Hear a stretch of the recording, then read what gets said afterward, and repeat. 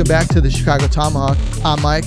Got Matt up top, and Jake Hahn is guest starring with us today on the show. Great to have you back on, Jake. How you doing, man?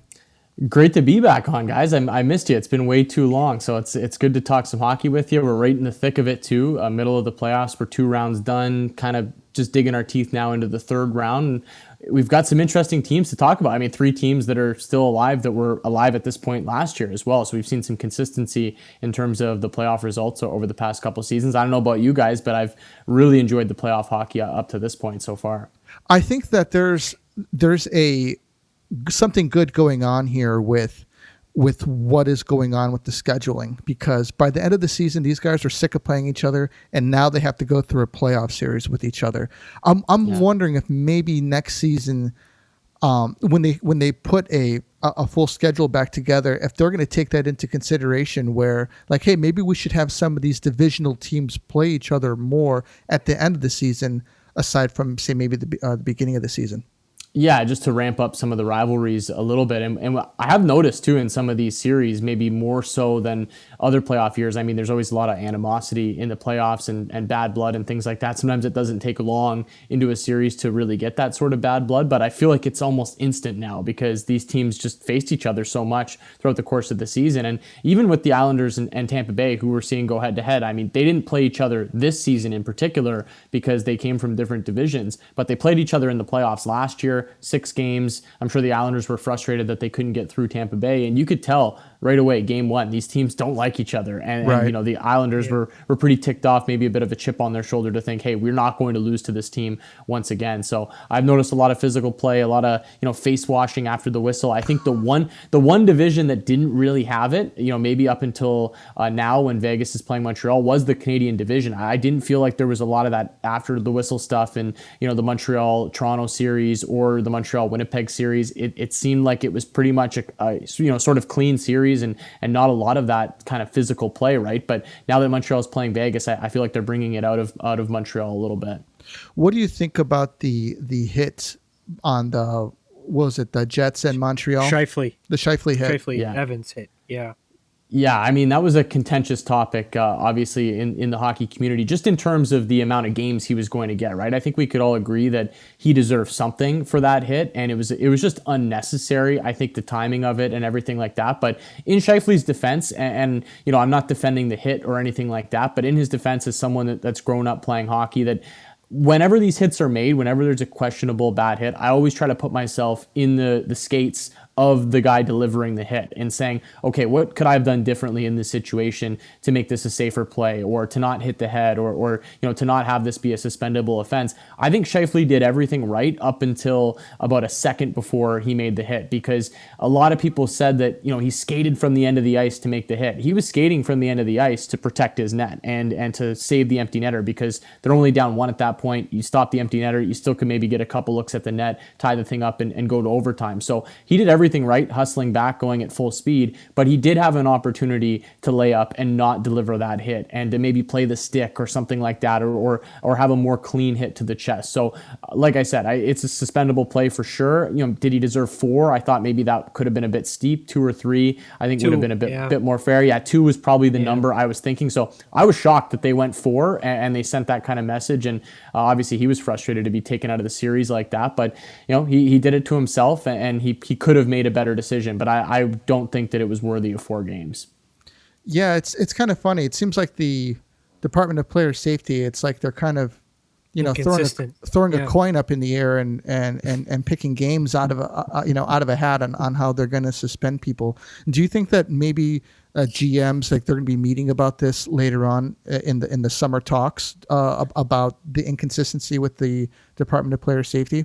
Yeah, I think that's always an ongoing conversation with the Department of Player Safety and the general managers and everything like that, because we're trying our best to find that consistency. I think everybody would like consistency. That that word I think is key here. Whether it's bigger punishment in terms of guys getting suspended for longer, and we see that consistently, or less games. I think people would just kind of want it more uniform across the board. In defense of the Department of Player Safety, I'll say each situation seems to be very different. I mean, sometimes we get a couple of similar hits here and there, so it can be pretty tough to judge hits that we haven't really seen before. Like the Scheifele incident was kind of unique. We haven't really seen a play like that before, where a guy gets lit up at the side of the net trying to score into the empty net, and somebody's coming from the other end. So you get these kind of unique plays that we don't really have a precedent for, and I think that can make it pretty difficult for the Department of Player Safety. But when I see something like 4 games in a playoff series like that for a bang-bang play, especially for a player that didn't really have a whole lot of history, I think that was probably a bit too steep.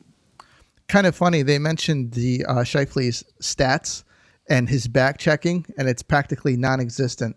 Go ahead, Matt.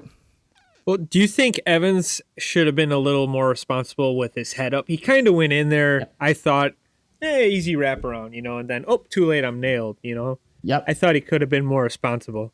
No, I think that's an excellent point to bring up. And again, like I always said, I try to put myself in the skates of the guy delivering the hit, and then you can put yourself in the skates of the guy that accepted the hit. And when you're Scheifele, you don't know what Jake Evans is going to do there behind the net. He gets the puck. He could go to the other side. He could stop. He could wait for reinforcements, try to kill time in the corner. I would have ate it, Yeah, exactly. You could have ate it right against the boards, killed, 10, 15 seconds at a crucial point. Maybe you get a couple reinforcements so you can get the empty net that way. So it's a risky play for Jake Evans. I mean, if I'm putting myself in his skates and I'm wrapping the puck around like that, I know full well there's got to be 1 or 2 guys skating full force back to try to stop me from putting this into the empty net. So people were saying it was a bit late in terms of the puck already going to the net. I thought it was kind of all happened at the same time, right? He puts it into the net, he gets hit at the same time. So I'm with you, Matt. I think that there has to be some kind of onus and some kind of awareness from Jake Evans, because it felt like he just kind of went in with his head down and thought, okay, I'm just going to get a freebie empty netter here.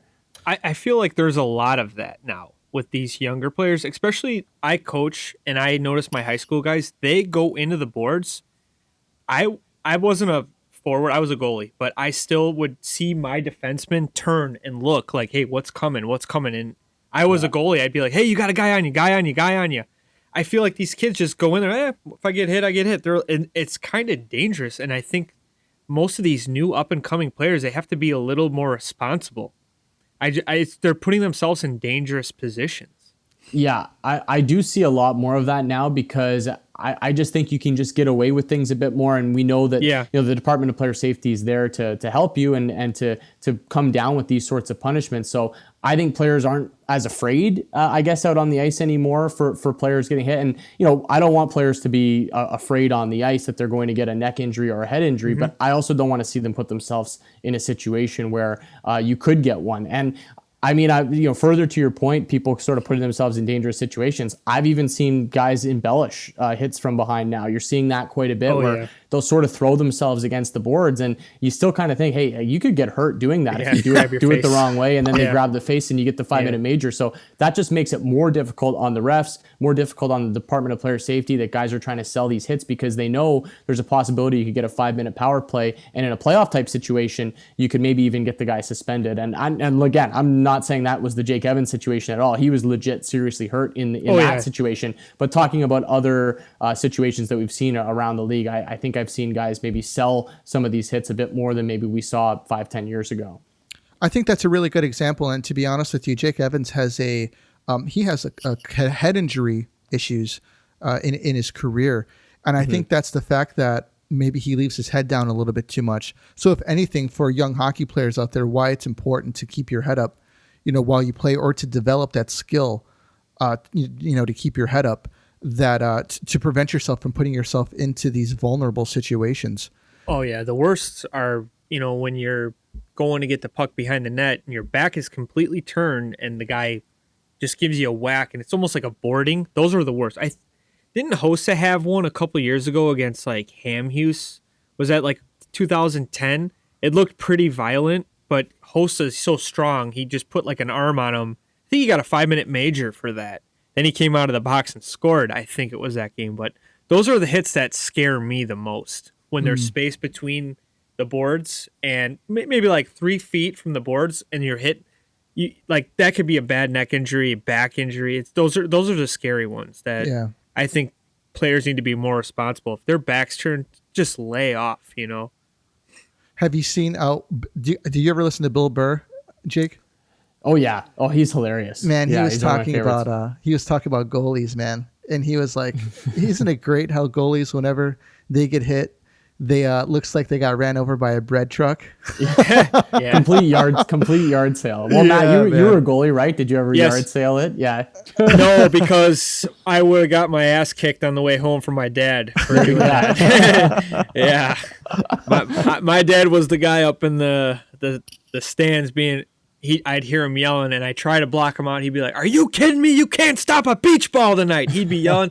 And I'm like, "Oh God, please just stop. Please, I got to stop the next shot. Just get it out, you know." I just hope the puck hits you next time. Please hit me right in the chest, please. Yeah. Fall into the glove. So, Yeah. Jake, what was your favorite series from the first round?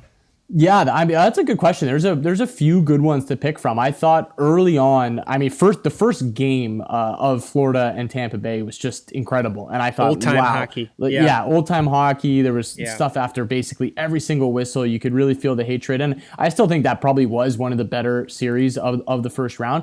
I really liked Islanders Pittsburgh as well. I thought that was Right. a great series. And you could I think the one that surprised me the most, one I actually picked as a sweep, and the team I picked to win the Stanley Cup at the start of the year, the Carolina Hurricanes. I picked them to sweep Nashville. Wasn't expecting a whole lot from the Preds. Yep. The Preds showed up, man. I mean, they played a great series there. Took Carolina to 6 games. UC Saros played really well between the pipes, and they were good in front of them as well. So that series, I think, probably was the most surprising to me in terms of quality. And, the fact that Montreal-Toronto went 7 games, people will look at it and say, wow, 7-game series.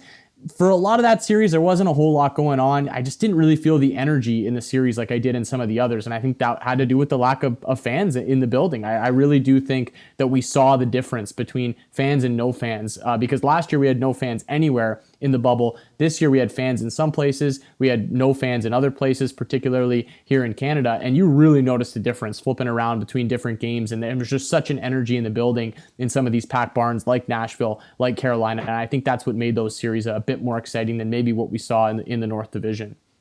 Good call, by the way.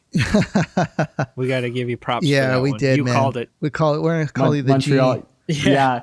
Oh man, I still couldn't believe it. Even though I called it when I was on with you guys, I just kind of had that sneaky feeling because of the way that the Leafs dominated Montreal all season that it would just be so Leafs to lose the series. And then when they got up 3-1, I thought, okay, maybe this is the year that they actually get it done. I mean, they're clearly the better team in this matchup. Yeah. They got 2 chances at home to close it out even without fans, and 2 overtime games to close it out. I mean, they had Game 5 and Game 6 in overtime, and I believe it was Game 6 where they outshot Montreal like 16-2 in the overtime or something like that, and they just couldn't buy one on Carey Price, and you just thought, okay, something weird is going to go in here. It's going to go to Game 7, and then, of course, Montreal scores, and I felt like once it got to 7, the Leafs had no chance. They were just the team that had all the pressure on them at that point. Montreal was playing loose. They were kind of playing with house money. They were a zombie at that point because they should have been dead already, and then they end up winning that Game 7. So yeah, I thought Game 7 was about as big of a lock as you can get. I just thought there was too much pressure on the Leafs there. Didn't they give up a 2-0 in overtime? What the heck? That was Game 5. Yeah, Game 5, bad pass by Mitch Marner led to that 2-0. It was like a minute into the game. He tried to go right across the blue line, and then it results in that 2-0. And I think that gave Montreal a lot of life. They thought, okay, and before that overtime, because I believe Montreal was up 3-0 in that game. The Leafs came back, scored 3 goals. Tied at 3-3, and then they had a bunch of chances to end it in regulation. I believe it was Mikheyev that had a chance with about 6 seconds left. A wide open net, hopped over his stick, goes to overtime, and then that 2-0 that you mentioned. I just think that's really where the series flipped, and I felt like Montreal got a lot of life after that and never really looked back. I mean, they won 7 games straight going from the Leaf series right into the Jet series. Yeah, absolutely incredible, man. Just considering who the Leafs have on their team that they couldn't pull it together. Yeah, what now for them? Like what? I mean, I thought Campbell was good. I don't think he was bad. Do you think they need that money now to pay him and let Anderson probably go, right? I don't think there's a spot for Anderson. I just feel like with their cap situation right now, obviously health question marks with him this year. I know he's close with a lot of guys on the team. I believe him and Austin Matthews are really good friends. They hang out together a lot off the ice, but I don't think that's going to go into the decision making at all. I think the Leafs are a very very analytical team, and we know that teams like this don't really like to spend up on goaltenders, and I would say that would kind of be my MO too if I was building a team, is I'd like to save at the goaltending position. All that being said, though, we're seeing in the playoffs right now, the 4 teams that are alive, a lot of them have goaltenders that are making a lot of money. So I'm kind of being proven wrong a little bit on some of this, because I feel like you can get through the regular season with cheaper goaltending, but once you get into the playoffs, you kind of want that guy back there with some pedigree, with some experience come playoff time in big games. So I'm kind of fighting myself on that, thinking, hey, do you want to pay up for a goalie, or do you want to save money and spread it elsewhere on the roster? Because we are seeing a lot of the big high-paid goalies have playoff success right now. It's like Boomer said in your show today. There's 5 goalies with Leonard. I mean, you got 5 goalies, and he's not even playing. That's insane. And what are those guys making? Close to $9 million. The Vegas night. Yeah, I believe they might be 12 million combined. If I'm not, I think it's 7 and 5. So they're paying. They're paying a lot of money for 2 guys, and obviously they've really only been using one. I know Leonard got that start in Game 1 against Colorado. They kind of just threw him to the Wolves. No kidding. Here you go. Good luck. Yeah, here you go. We just played Game 7 against Minnesota. Yeah. Quick turnaround. We go to Mile High, and we'll just throw you to the Wolves. So kind of felt bad for him in that situation. Yeah, me too. Kidding. That's been the trend this year. It's like even with Barry Trotz, he's been flipping goalies, and Boston is like the only team, and Tampa that haven't, they stuck with their guys, and all these other teams, we're going to go with him. We're going to go with him. And as a goalie, I hated that. I'm Day of. Let me know. Let me know. I got to sit and stare at my ceiling and get ready, for the game here. Yeah. Well, I do think too, back to your original question about the Leafs and kind of where they go from here. I know it's disappointing for a lot of Leafs fans right now. I mean, most of my friends are Leafs fans. People were really upset by the way that series went, especially when they were up 3-1. But realistically, you play that over and over again, and they probably win that series in 5 or 6 games. They win one of those overtimes. They get one of those bounces. They get something past Carey Price. So I don't think you want to overreact too much if you're the Maple Leafs. I still think you've got some great pieces there. My only concern is, are they a cup team? I think we've all established that they're a team that can have success in the regular season. Even though they haven't won a round, I think they could win a round, maybe even 2 rounds. But are they good enough to go up against those top teams in the NHL? I'm still kind of unsure about that. And what moves do they have to make to get themselves to that position? So I still think they're pretty close. They made a couple of moves here recently. I know Spets is coming back now for a year at a cheap deal. I think that's a great price, especially the way that he played. I mean, you could argue he might have been their best player in the playoffs, which is not a good thing. You don't want Jason Spezza to be your best player. Maybe that's why they lost the series. But credit to him. I mean, he's still bringing it at an older age now. And I'd like to see them do things a bit differently with maybe their bottom 6. Like watching Joe Thornton. I love Joe Thornton. He's an all-time player, instant Hall of Famer, but he just looks slow out there. And there were some other guys. I thought in that bottom 6, I just think that they could make it maybe a little quicker, a little younger, maybe a bit more physical would be my approach if I was building that team heading into next year. He's got 10 pounds growing on his face. Yeah. That's what I would get rid Start of that. there. Yeah. No effort. He'd be a lot faster, a lot more aerodynamic. Right. If you got rid of that, Just instead of coming down at you. I hate him. I just those Shark series, those were battles with the Hawks. I just couldn't stand him, but I know he's one of the best passers of all time. He's just so smart. I think he had 90 assists one year.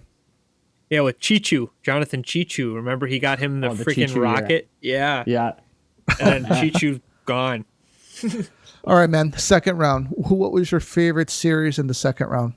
Yeah, second round was pretty good actually, and there like we mentioned before, the first round there was a bunch of good ones. I mean, I'd safely say Montreal Winnipeg was the worst of the second round series. We talked about the Scheifele situation. I just think that took the energy out of the series right away. Didn't really have fans in the building or too many fans. I think Montreal had like 2,500 at their home game, so I was never really feeling that series, and it just felt like Montreal was going to win it, especially after Scheifele had that suspension. I think the one we were all most excited for going into it was Vegas. Colorado. I mean, in another world, that could have been a cup final if they weren't in the same division, best team in the league versus second best team in the league. So I was a little surprised by the way that Colorado kind of went away in that series after starting so good in the first couple games, but credit to Vegas for adjusting, and I just don't think Colorado was able to make those same adjustments. And the Islanders in Boston was a really good one as well, and I was not as shocked as some other people that the Islanders came through in that series. I have a lot of respect for Boston and what they're doing, but this Islanders team is just a playoff team. I think when you get into a matchup with them, you get into a matchup with Barry Trotz, it's difficult to come through that. So yeah, I liked Islanders, Boston, and Colorado, Vegas. Those were probably my two favorites. Anything stand out to you guys? You know what? To be honest with you, I was kind of disappointed with the Colorado series because I was looking for it to be more of the Nathan MacKinnon show, and he didn't really show up exactly the way that I thought that he would on such a big stage. And, partly it's because I just watched Connor McDavid, just gracefully do his Houdini impersonation. I watched Austin Matthews do his Houdini impersonation, and then Nathan MacKinnon got his cape and figured it was his turn. And it's really unfortunate because he's such a hard competitor, but just didn't have enough to will his team back into it. And not to take anything away from Vegas, because Vegas completely owned them, man. It wasn't a matchup between two juggernauts. It seemed like Vegas had a grip on them after, I want to say, game 2. And that really stood out for me. Is Colorado still a young team where they needed this beatdown to get that experience going into the playoffs next year?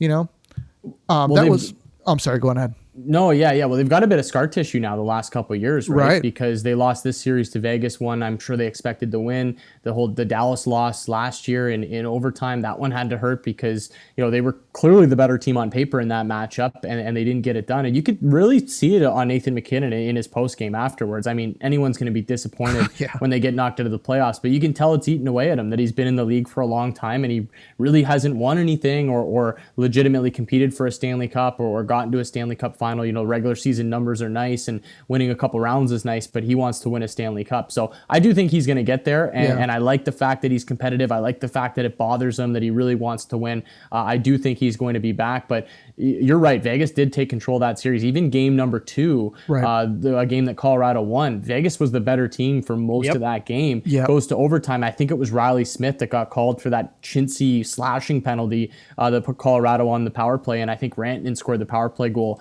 to put the Abs Beautiful up 2-0. goal too. Yeah, it was a great shot. You probably shouldn't have been on the power play, but great finish by Rantanen. And then I thought, okay, I think the Avs sort of got away with one. They're up 2-0 in the series. They got a lot of leeway, and sure enough, they didn't win another game the rest of the way. So I was kind of shocked by the way that all went. Yeah, me and actually Matt were talking about on the last one how we think that guys should have they should do a day after the end of a series, that they should have like the evening to kind of process the game and then interview him the next day, because you didn't really get much out of MacKinnon. He was like, no, that wasn't that's it. A good point. And it's if I was, obviously MacKinnon is elite, he's a hell of a competitor, and then you want this guy to come out of that kind of mindset and sit here and give you coherent thoughts on what he probably perceives as stupid questions, after the game. I think that these guys should get a little bit more time afterwards. But, the Islanders, man, have really impressed me. I wasn't looking for much out of them. But starting with the first round, I was like, what? I think this team has something here. And then it went to the second round. I was like, you know what? I'm actually favoring this team in this round, and they just seem like a tough team to play against. When you go, whether they're home or away, expect a beating coming to you. Whether they're winning or they're losing. And I think Very Trotz. And I think that might be getting into. I think that's actually helped them with playing. And to be honest with you, I like their brand of playoff hockey. It's not exactly the New Jersey Devils, I'm going to put you to sleep type of games, but at the same time, it's not Vegas coming at you at 1,000 miles per hour type of games. But I've really liked the Islanders, and to be honest with you, they're my pick. That I'd like to see them. I'd like to see them win it. I'm Mike with you. Just say it's Tampa. That's why. Yeah. Yeah. I know you want Tampa. Well, I feel like the Islanders get this unfair moniker that they are this boring team. And like, sure, maybe they're not the most exciting team left in the NHL or the most exciting team in general, but I don't find watching their games boring at all. Right. They get those Devils comparisons and things like that. Like, it's not like they're sitting back playing a legitimate trap. Yeah, they're defensive at times and they'll protect the lead when they do have it. But I feel like they're more downhill. They're in your face. They roll four lines. They'll kind of drag you in the mud a little bit. And to me, it's good fun hockey. They've got some sneaky skill on that team too. Obviously, Matt Barzal, he continues to develop.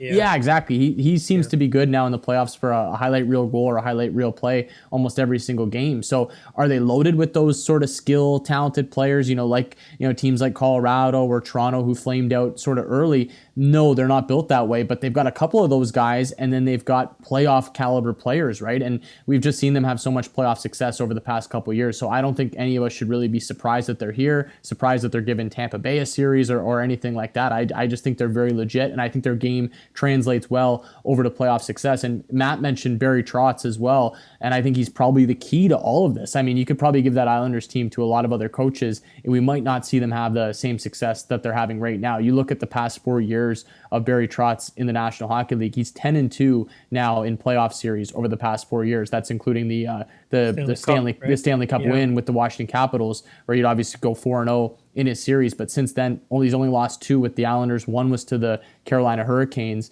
and the other one was to the Tampa Bay Lightning in the conference final last year. So a couple of pretty good teams that you're losing to there. It's tough to beat this Isles team. And like Michael said as well, I think for me, if I'm looking for a fan base, a team that I can kind of get behind out of these Final Four teams that I would most like to see win the Stanley Cup, it would be the Islanders. I just love their fans. There have always been big supporters of our channel. We always get a lot of Islanders fans tweeting in, calling in. So I would be happy for them, I think, more than any other fan base, all due respect to the other three, to win a Stanley Cup. I just like to see it get spread out a little bit. I like to see every fan base have their moment. Like when the Blackhawks won their first Stanley Cup, I was the biggest Blackhawks fan ever. I just wanted to see you guys win so badly. Then you guys got a little bit greedy with the other two. You didn't want to save any for anybody else, but Tampa got their I didn't see it that way. No, exactly. Take as many as you can when you can get them. But that's kind of what I like to see as someone that's just sort of a general sports fan. I like to see all of these cities kind of have their moments, all these fan bases have their moments. So out of the 4 left right now, Tampa won last year. I don't know if I need to see them win again. So I'm kind of sneaky pulling for the Islanders fans right now. Yeah, they're loud. They got the Daniel Bryant chants going, the chants. Yeah. Yes. Yeah, it's cool.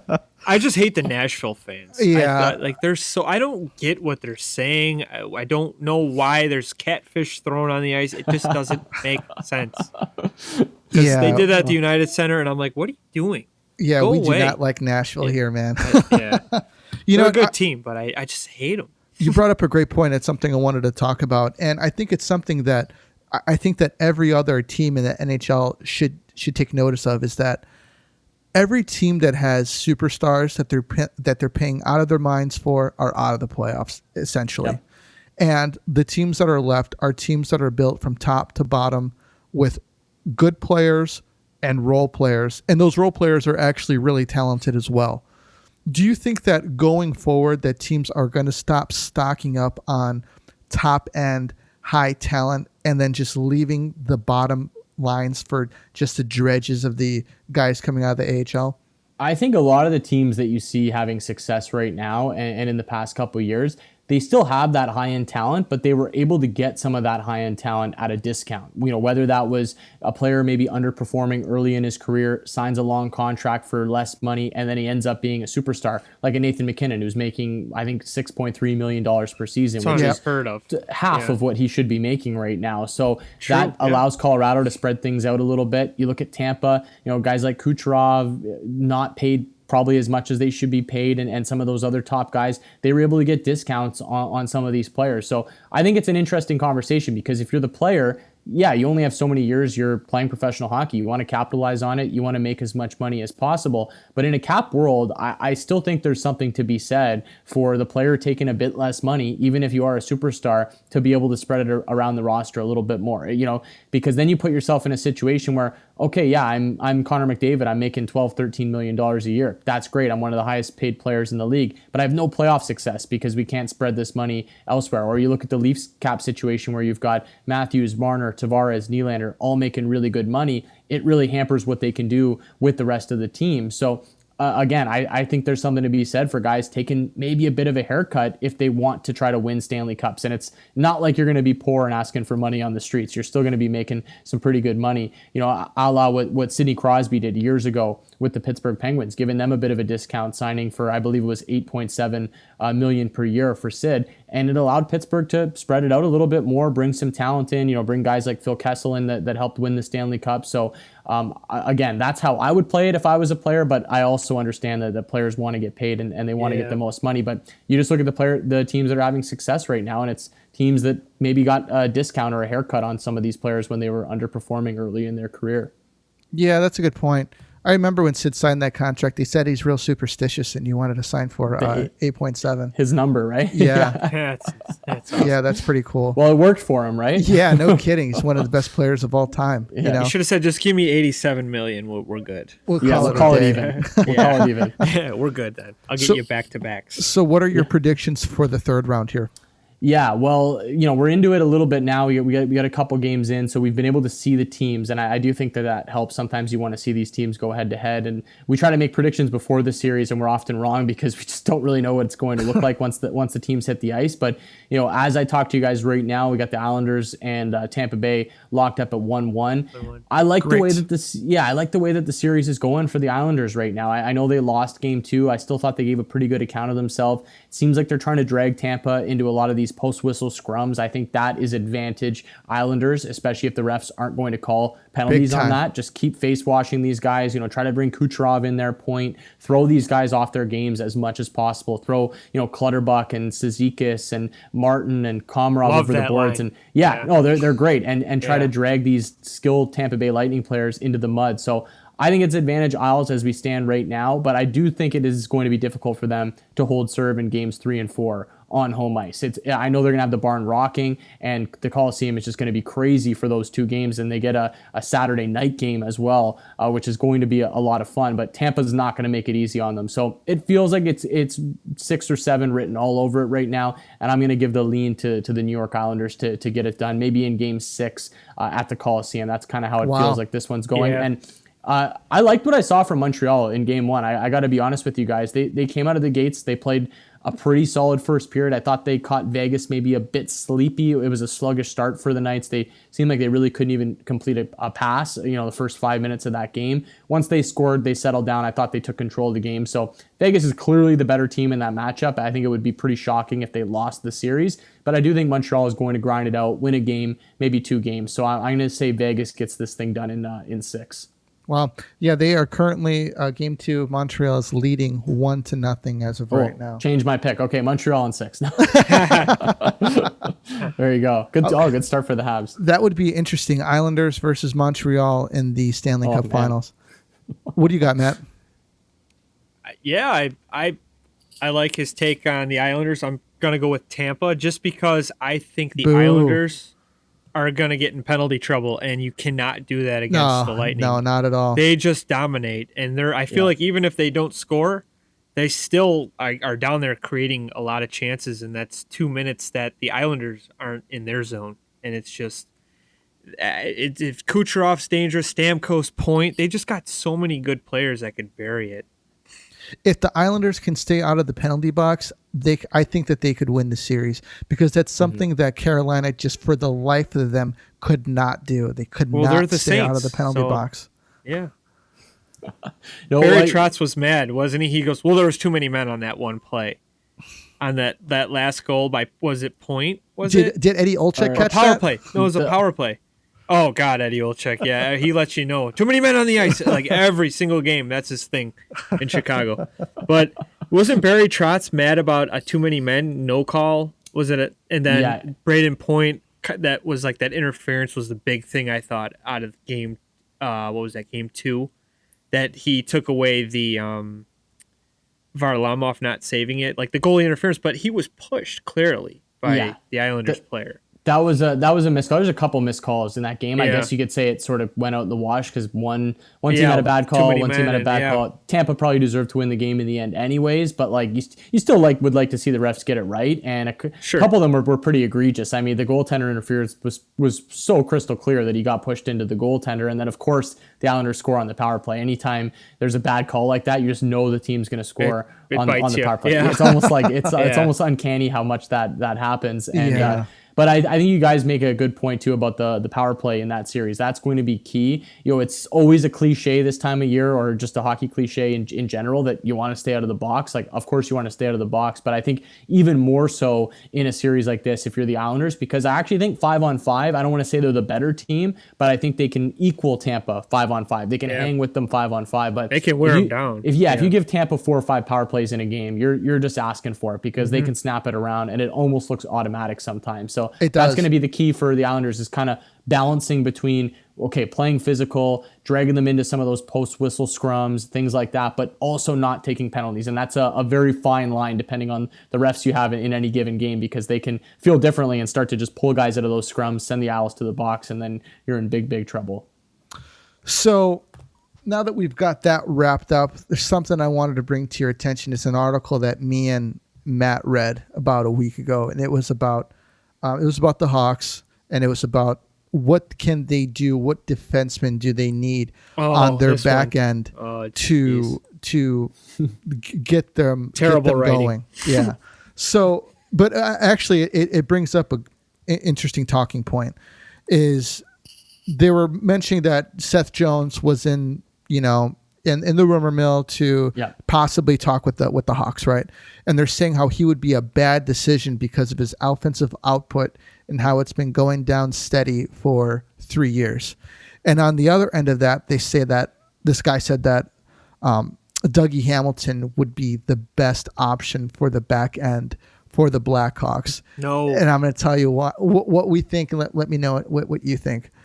So the last thing that the Hawks need, I believe, is another another puck-moving defenseman, an offensive-minded defenseman. And that's because that's all that we really have right now. Other than, Zadorov, he is really the only shutdown guy that we have. And especially when he mentions that Connor Murphy is a number one pairing defenseman, which I disagree with. No, not. I think that Seth Jones would be perfect on the Blackhawks because A, we need someone who can move the puck. B, we need someone who could play defense and play defense well. He's still young, and he's still healthy. And I think that he has what it takes to take the reins over for Duncan Keith, because he knows what it is to be, he's been in the league. He knows what it is to be the guy. And we can move Duncan Keith down to the second line, because in his stage in his career, Keith should be playing second line minutes, at least to extend his career as much as we can. What do you think? Well, I don't know how much I buy into the dip in the numbers for Seth Jones. I've been seeing some of the outlying numbers, the analytical numbers on Seth Jones, and they're not great. I think some of that has to do with the fact that he's not driving play as much, and usually offense ends up translating well to those numbers, whereas playing more defensive doesn't really translate well into those numbers. And Columbus has just really been no good. So I think that I think that just hurts him as well, that the numbers might not look as great for him. But still, watching him with the eye test, I mean, he looks like he could compete for Norris trophies in the future. So I'm not too worried about the dip in the numbers for Seth Jones over the past couple of years. I can chalk that up to a bad situation in Columbus.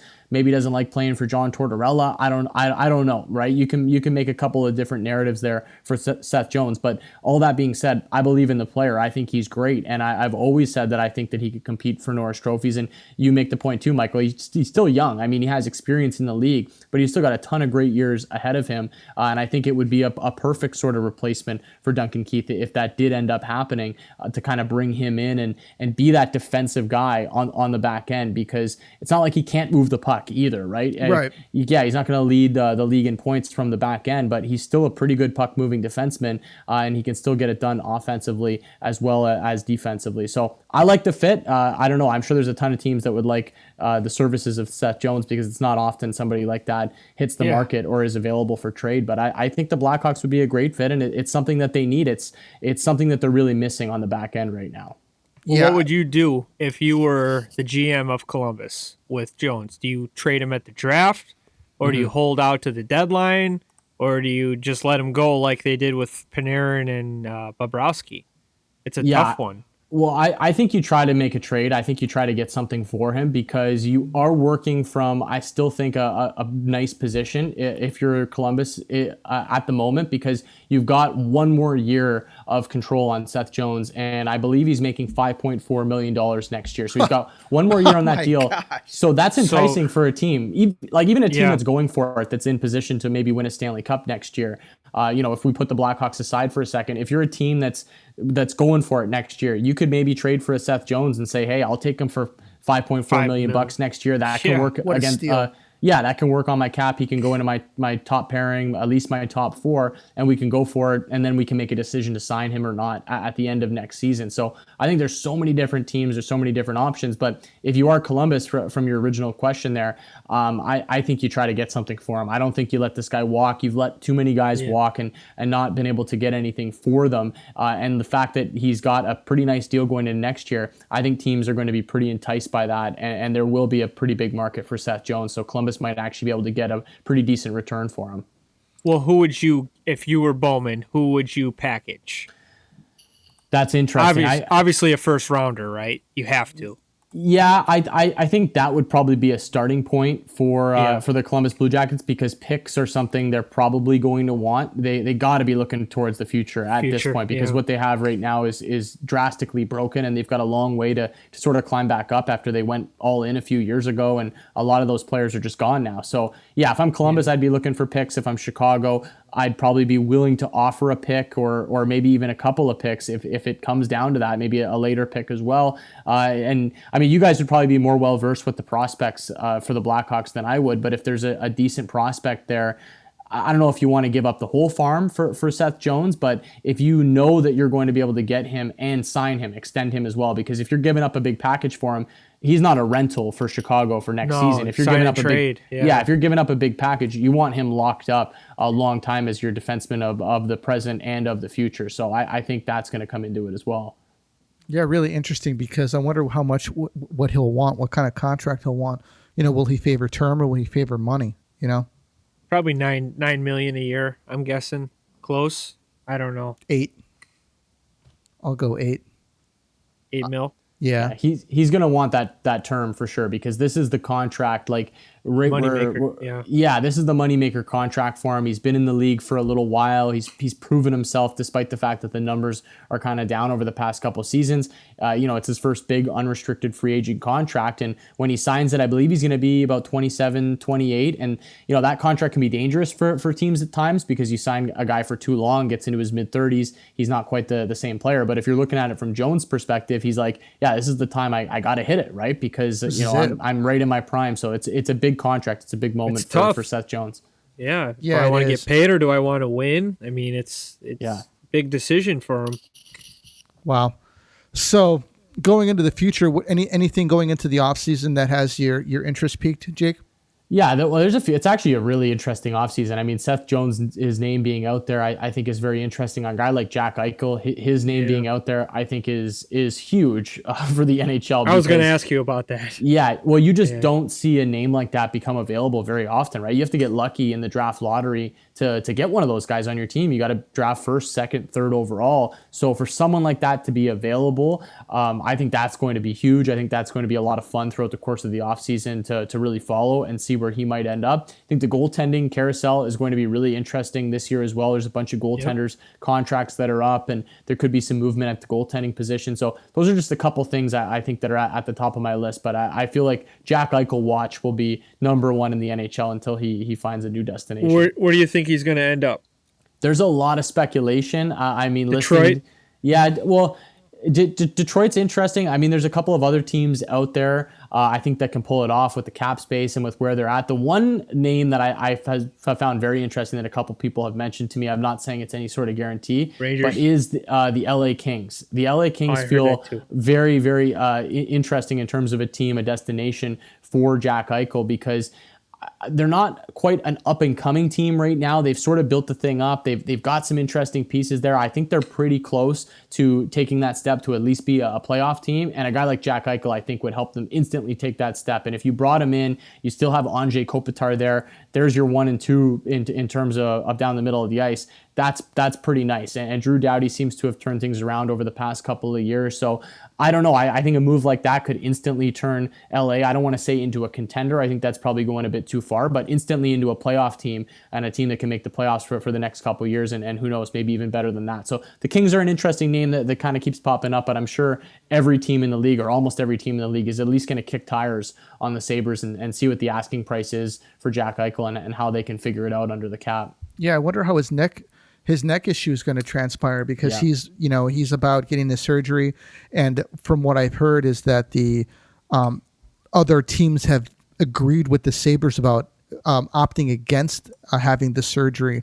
I wonder if that's going to be contingent on maybe like a trade or something, that, hey, we'll take him if he doesn't have the surgery, or we take him but it's contingent that you have this surgery in order to finish the deal, because obviously he's going to have a physical, and he'll probably fail it right now if his neck injury is as bad as what it is. Yeah, and I think there has to be a little bit of concern, like buyers beware on Jack Eichel, because that sounds like a pretty serious injury that he's gone through, and we didn't see him play very well this year, and you can chalk it up to the injury. Maybe he was playing through something. It certainly sounds like he was trying to play through something until he had to shut things down. So I think that's going to make maybe some teams a bit reticent to say, well, yeah, he's a talented player. He was drafted 2nd overall. He could be a franchise changer, but we could also be trading for damaged goods, right? So I think it's it just risky. Adds another layer to this whole storyline. But I do believe in Jack Eichel, the player. So as long as he's healthy and he's ready to go whenever that might be, I think he could totally change a franchise. And I would love to see a rejuvenated Jack Eichel, because he's been stuck in Buffalo now for so long. Not even a glimpse of the playoffs at this point. So I think he would... Yeah, he'd just be a free man, ready to go, and he'd be having fun playing wherever he ends up going. So I'm excited for him to get a fresh start somewhere else. You got anything, Matt? Yeah, me and Mike were talking last podcast about 2 players. He's one way, I'm the other way, and it's Gabriel Landeskog and Taylor Hall. Who would you rather have? I said Landeskog because he plays in the playoffs. He can actually play. He's proven he could play. Their numbers are similar, I think. Yeah, they're a lot closer than what either of us anticipated. I think he's just a better player. I think Taylor Hall disappeared in the 2nd round. I think he had like 1 empty net goal, and I don't know. I'm not like sold on him, and I think Boston would be kind of crazy to re-sign him to like a big deal. I think they should kind of maybe re-sign Rask and David Krejci, and I just don't think they should waste the money on that, because they're still a good team without him. I'm starting to feel like Taylor Hall just kind of careered it for one season in New Jersey, and then he got that moniker of the MVP player. And I mean, I don't know what happened that year. He was great that year. I believe they lost to Tampa Bay in 5 games that year in the playoffs, and when they made the playoffs as well. The Lightning, obviously a good team. They've been a good team for years. But he was so good that year, and we all thought, okay, this is the coming out party for Taylor Hall. He'd been stuck in Edmonton for so long on bad teams that never made the playoffs. So, we really thought that, okay, so this was Taylor Hall all along. Edmonton just didn't know what they were doing, right? Didn't know what they had.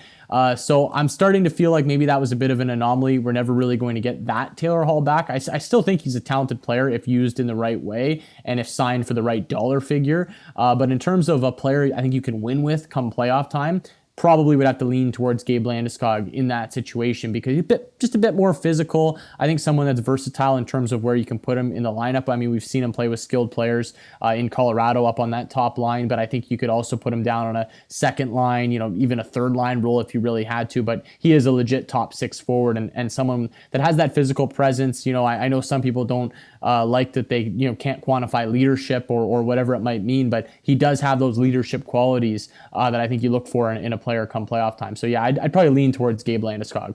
Okay. Do you think the Avs will probably re-sign him? I think they're going to try. I think they're going to try to Yeah. make it work. They have a really interesting cap situation going into this offseason because you've got Gabe Landeskog, who you mentioned, up as an unrestricted free agent. Brandon Ruby, Saad. too. Yeah, Brandon Saad as well, who I feel like probably will be the odd man out, probably won't end up coming back. Yeah, you mentioned Back to Philip the Hawks. Grubauer.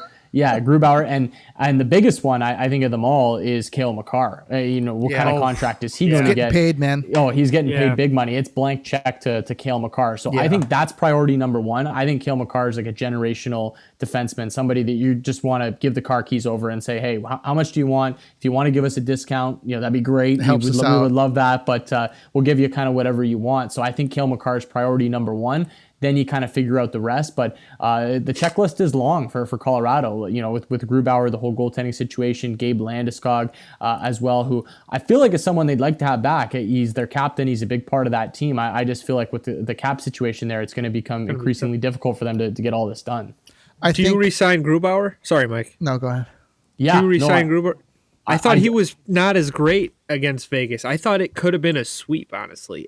Even if DeBoer started Fleury, I thought that series could have been 4-0 Vegas. I didn't think he was that great.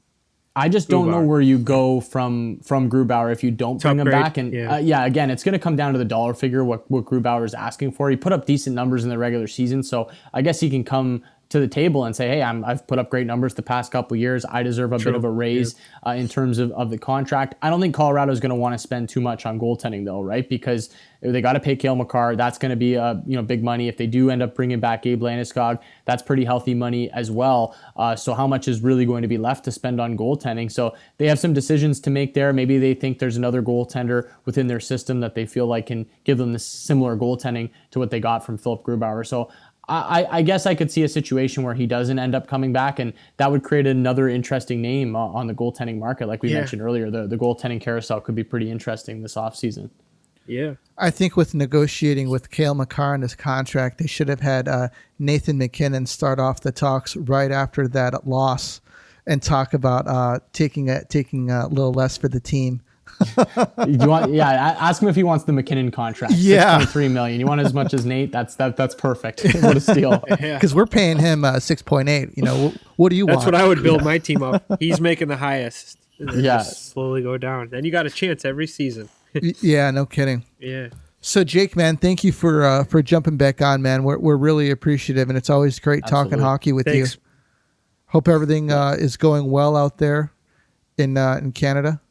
Yeah, no, I love jumping on with you guys. I hope you'll have me back again soon. We can really break it down. Maybe sometime in the off season to go over some of these things. See how wrong we were with our predictions in terms of where players are going to go and how much they're going to sign on for. But it's always a blast chatting with you guys. I hope everything's good down there in Chicago as well. Things are getting better here up in Canada. People are starting to get vaccinated. They're starting to open things up a little bit. I can finally go golfing again. So Awesome. Things are looking up. It's a lot more positive now than it was a few months ago.